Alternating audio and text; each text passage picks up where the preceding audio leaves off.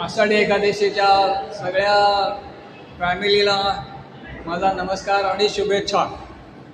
तर उपवासाचं शास्त्रीय महत्त्व आज आपल्याला डॉक्टर साहेब सांगतात. नमस्कार. आज आषाढी एकादशी सर्वांना शुभेच्छा. आणि मुंबईच्या मामामध्ये आज आपण बोलणार आहोत उपवास या विषयावर. आज आषाढी एकादशीचा जो उपवास आहे आणि सर्वच लोक ते करत असतात, पण या उपवासामुळे मागे शास्त्रीय विश्लेषण आहे ते आपण जाणून घेऊया.